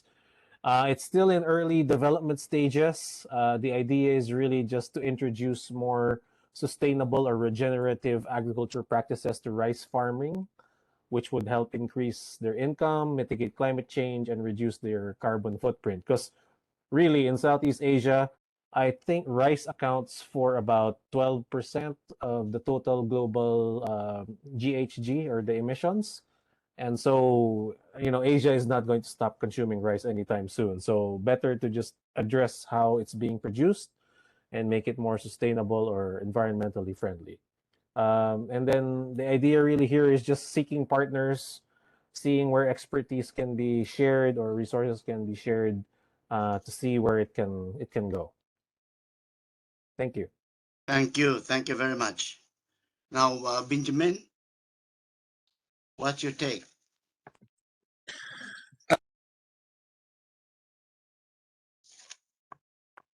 you're muted, Benjamin.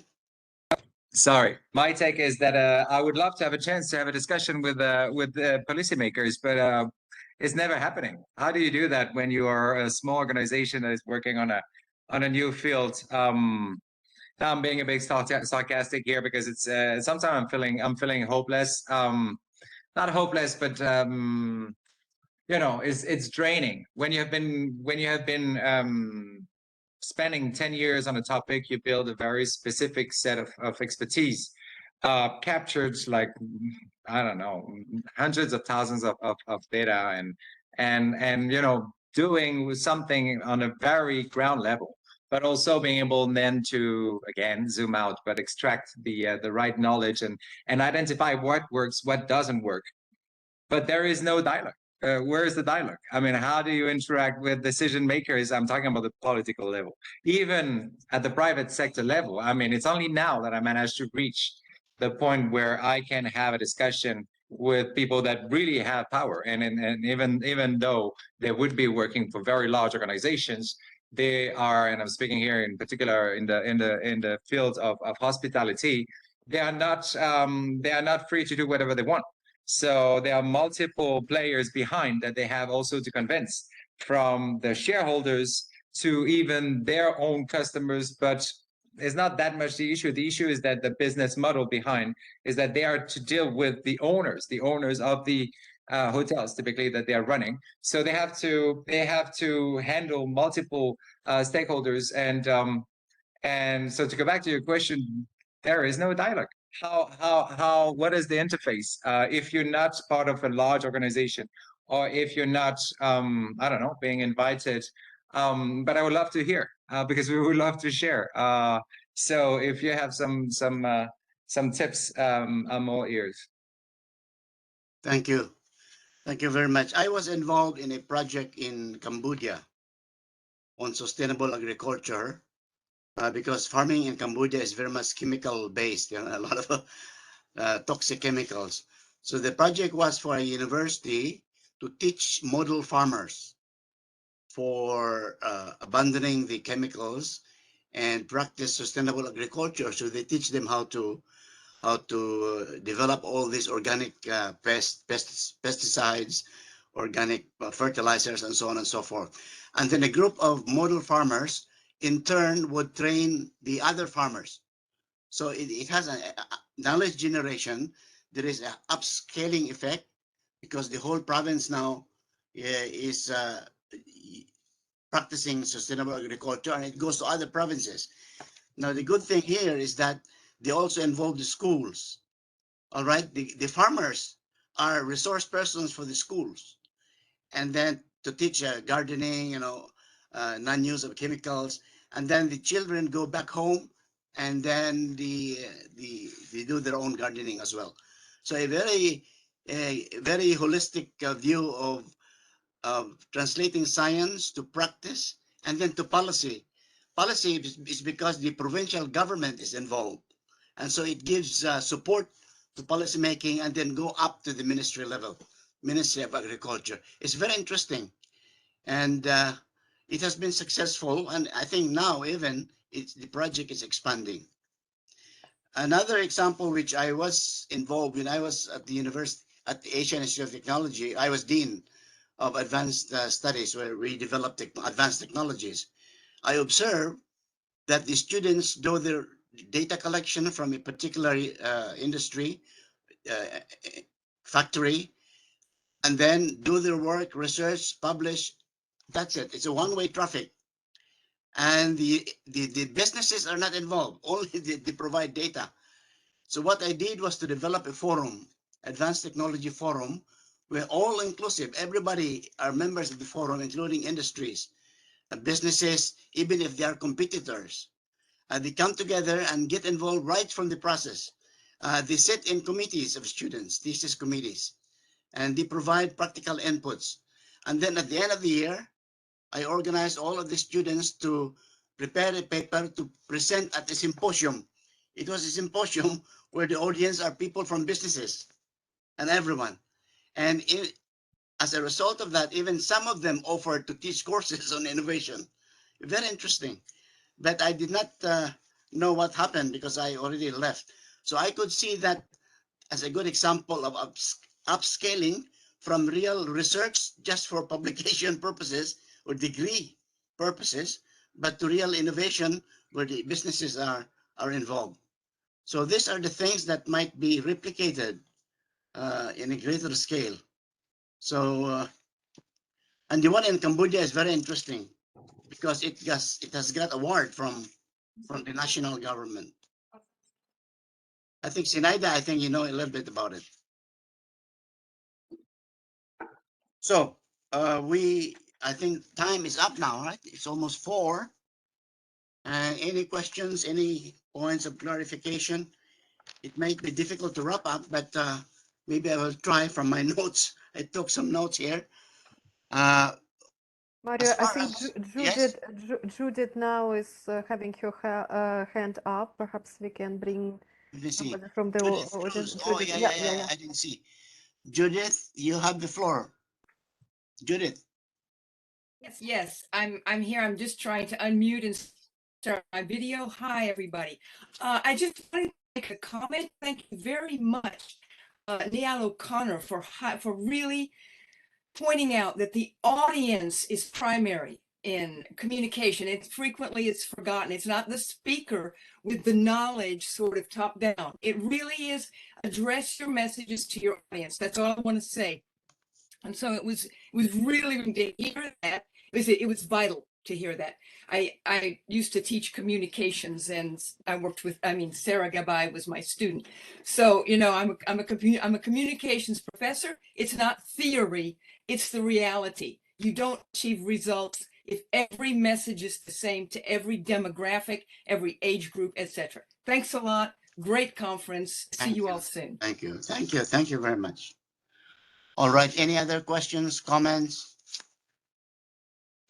I tried to put my notes together here and share with you reflections on the gist of the discussion. I think in terms of knowledge generation, I see that there is a shift from the one-way model to the co-production, co-generation. Everybody talk about partnership. It's collective efforts of partners.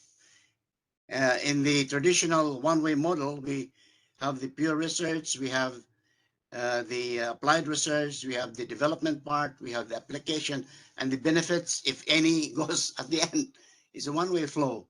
But I think now it's different. It is circular. It is collective process where the multi-stakeholders, community, the funders, the knowledge institutions, especially, and the wider society develop a particular vision for innovation and integrate knowledge together, learn together.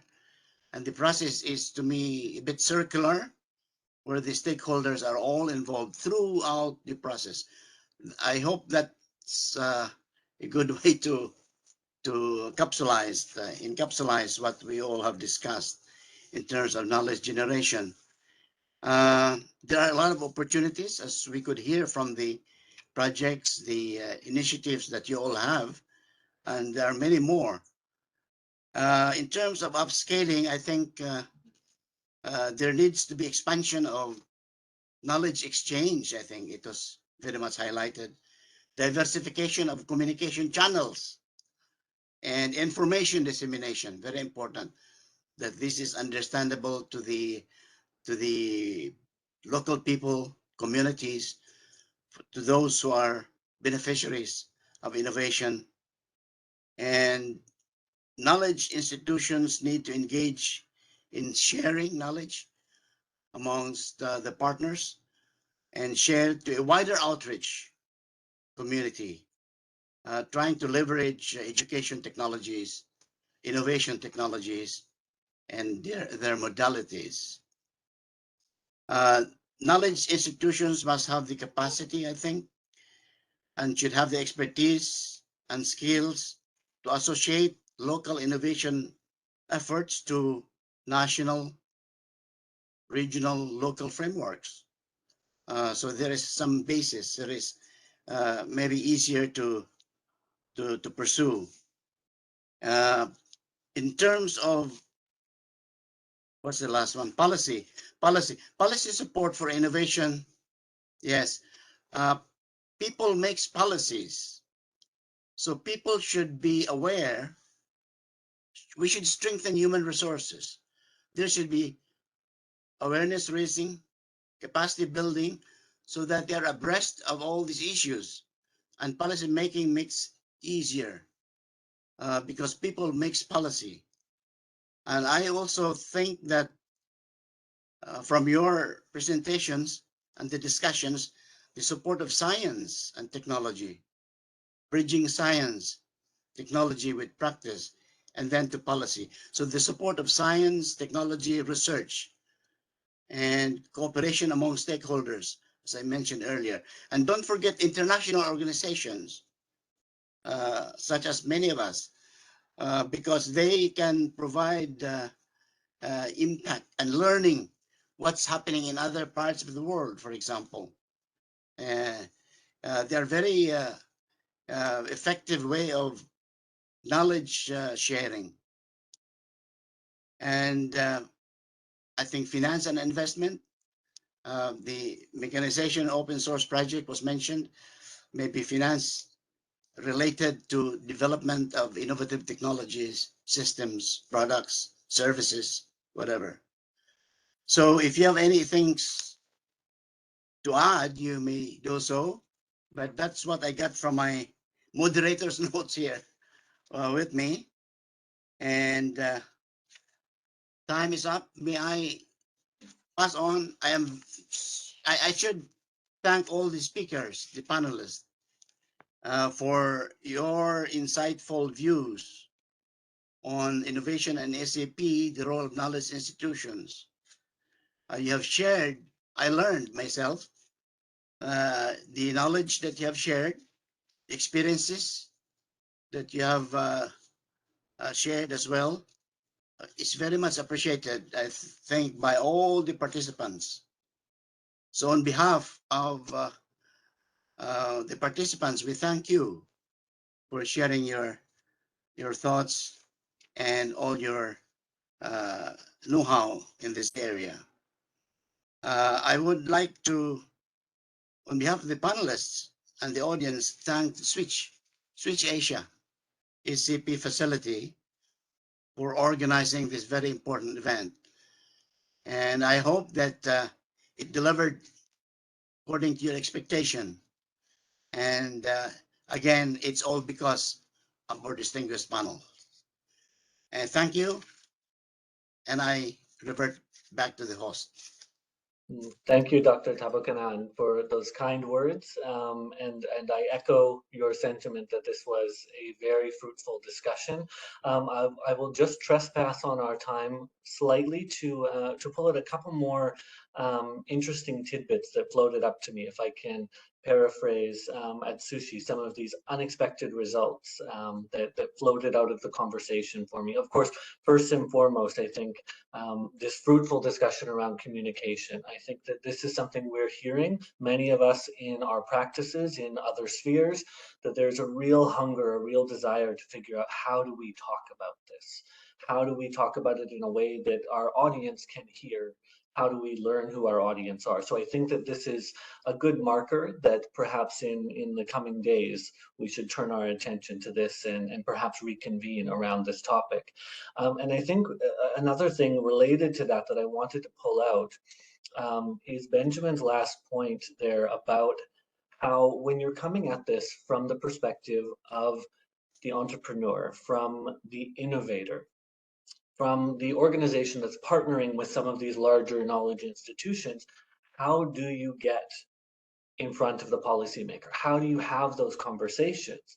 You can know who your audience is, but if you can't reach them, how do you have that conversation? How do you input your feedback? And so I think that this is another critical point to think about, not just bridging knowledge from the global level into the local level, as we talked about, as important as that is, but how do we then bridge knowledge, experience, and desire from the local level up to the policy level? and then of course to the global level as well, as we have many global initiatives underway. So I think that those are really important points. And maybe just the final point that I will raise is about this question of scaling deep. I think it kind of ties together a lot of these points, and I think that the point of critiquing the title of the section from scaling up to, well, maybe it's scaling in general, is very well taken. And I think that scaling deep, really knowing how to tie the work that we're doing to the hopes, desires, cultural, ethnic context, all of these things is incredibly important to having impactful and long-lasting change to drive this transformation that we're all working toward. So I just wanted to table those few extra reflections and add my thanks and the thanks of the Switch Asia SCP facility for a wonderful panel, a wonderful discussion. Thank you all. Thank you to our audience, and we look forward to seeing you again. Thank you, everyone. Thank you. Bye. Thank you, everyone. Have a lovely weekend. Bye-bye. And you. Bye. Stay Bye. safe. Bye. Stay safe, everyone. Bye-bye.